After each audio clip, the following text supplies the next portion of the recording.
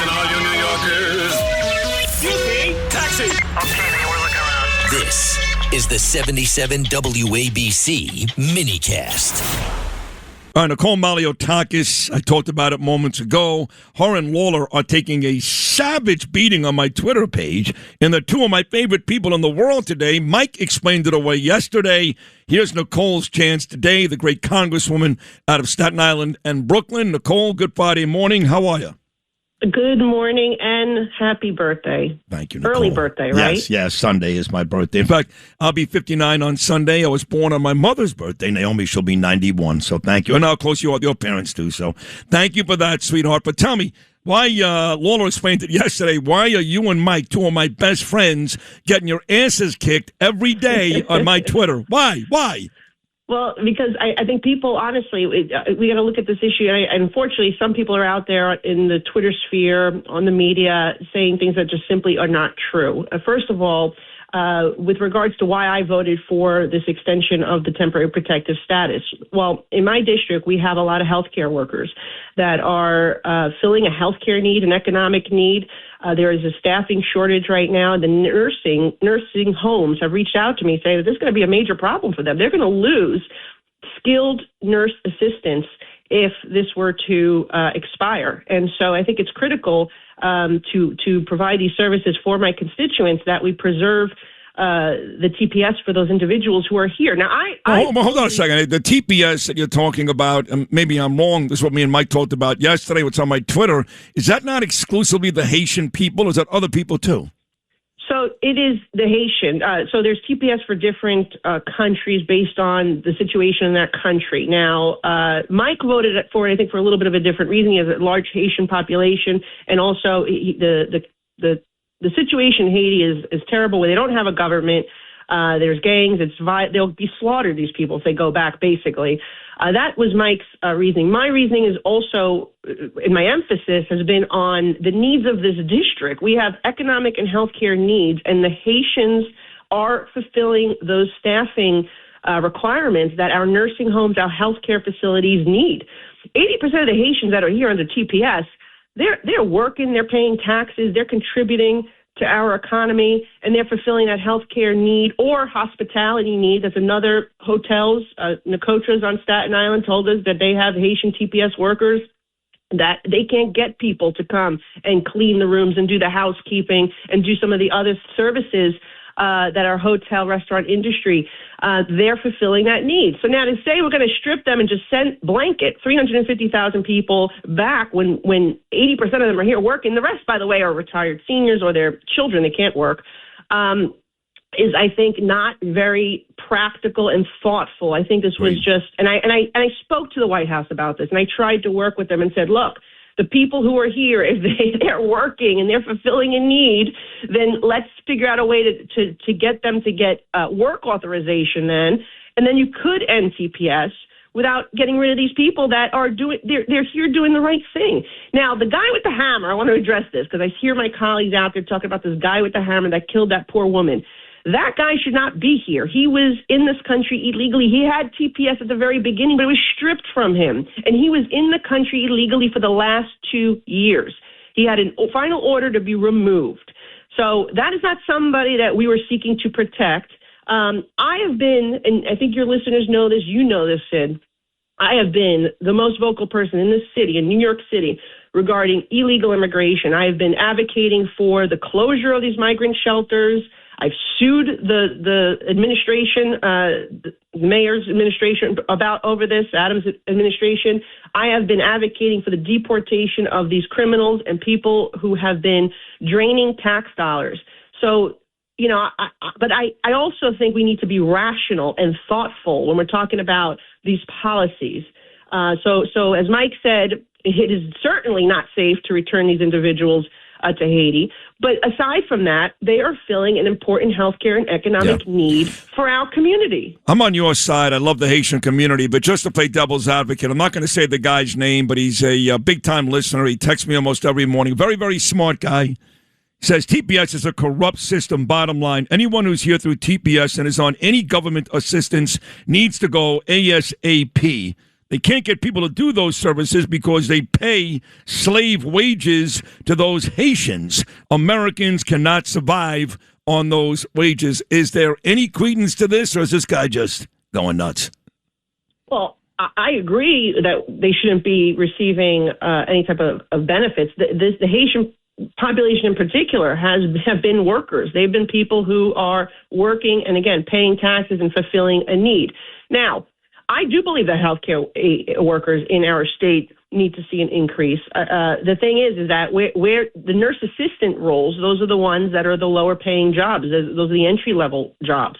And there's not many people to fulfill that. Just as, when you go to a hotel, there's not many people who want to do the housekeeping work. Wait, so you're telling me that this guy makes the contention. It sounds like what he's trying to say to me is Haitians are taking the job from Americans. Is that the case? I mean, I don't know if that's really true. I'm going to argue with him on that one. I don't think it's true. And if you speak to these facilities, they simply cannot find the workers, period.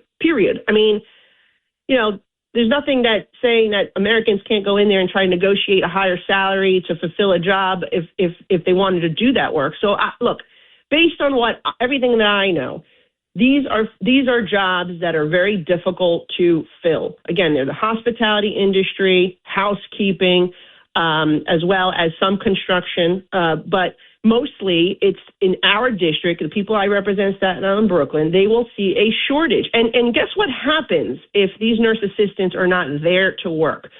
The burden placed on the nurses is going to be really, I think, really significant because they're already working overtime and long hours. So they're going to have that problem, and then you're going to have that patient care problem. You're not going to have people that can care for your elderly loved one and visit your home and those folks who have home care. It is, I think, a real issue. So what I'm just simply saying is I voted for this because it was a temporary extension, because I've been trying to work with the White House to address the core issue here, which is let's figure out a way to get some of these folks over to work authorization outside of TPS. And again, not amnesty, not pathway to citizenship, none of that stuff that you're hearing people talk about, but simply to be able to have them be able to stay to work to fulfill this economic need. If you talk to the employers that I've been talking to in my district, whether they're a nursing home, a healthcare facility, the community health centers, or hotels like the Nicotra's, the Hilton Garden Inn, Hampton Inn, they will tell you the same thing, that they need these people. They cannot get people to work. I love the Hilton Garden Inn. I love the owners of that place, too. They're so sweet. I do want to get to elections because I just played a cut of President Trump endorsing very enthusiastically our friend Bruce Blakeman, and he talked about cheating. And I got to tell you, there's not a friend of mine that's in this business, I'm talking about conservatives, okay, or a friend of mine that's not even in the business, that doesn't think that just about every time a Democrat wins, they cheat. I'm still hearing from conservatives that Mamdani cheated. I don't think he did. I think it's nonsense, but they say it. Oh, he flew in the Muslim bloc, he flew in foreigners, and they took votes, and Trump said it just yesterday. Hard to win in New York because, quote, they cheat. Are we at the point now where Republicans can't win anywhere because the Democrats are cheating in every election? See, in my opinion, that's an easy way out. That's kind of lazy. The truth is there are too many Democrats and not enough quality Republican candidates. If I was working with the Republican Party, I would make sure there are more Nicole Malliotakis out there. I'd find the next Sid Rosenberg. I'm being honest. To just say they cheat every time, to me, is kind of lazy, and I'm not sure it's true. What do you think? Yeah, I agree with you, Sid. I mean, look, there's obvious circumstances of cheating. I mean, and if you go back to New York Post wrote a great article when I first ran for Congress and how there were dead people that voted in the election. I mean, it was just like, it happens. It does happen. And that is why we're fighting for the Save America Act for two reasons. One, first, we got to get people who are deceased off the voter rolls, period. I mean, there's still people that, constituents that come to me saying absentee ballot applications have been sent to their home for their mom, and their mom's been dead for a few years. And that's terrible. So that is what New York does do in terms of making it easy to cheat. They set up an environment where you can cheat. California accepting absentee ballots for weeks after the election. things like that. There needs to be parameters and limitations, and to ensure voter integrity. And I think voter ID is the first and foremost obvious thing. So we continue to fight this battle. Obviously, this passed out of the House. But remember, we sued and we won. We stopped non-citizens from voting in New York City municipal elections. We sued and we won to preserve district maps, which is the other way that the Democrats cheat. That's the big way that they've tried to cheat here in New York. The same day voter registration, all of that is very shady. How do you just show up at a poll and register right then and there, and you get to vote without them doing the proper vetting to ensure that you're a citizen that lives in that district? That, to me, I think was a big problem. And the voters rejected a lot of this stuff by referendum. But then, of course, the Democrats in Albany found a roundabout way to do it anyway, as they usually do. They're very creative. And so, look, the Save America Act is critical to ensuring the first and foremost, most important step, which would be making sure that there's limitations for how long absentee ballots can come in after the election, and also requiring voter ID. And what's the near future? We'll let you run right into this of DHS funding. Anything on the horizon? Something good?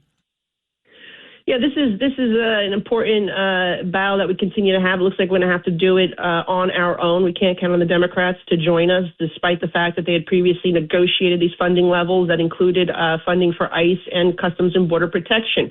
This is the main difference. They don't want to have any border patrol, border security. They don't want to have ICE. And I've made this point. And again, this is why I like to differentiate between people who are here with status and then people who are here illegally causing trouble, creating havoc. We had 5 Americans, at least, killed over the last few weeks, including in New York, the poor 83-year-old veteran that was shoved on the subway tracks. Richard Williams. When is Mamdani going to say his name? Richard Williams. Thank you for bringing him up.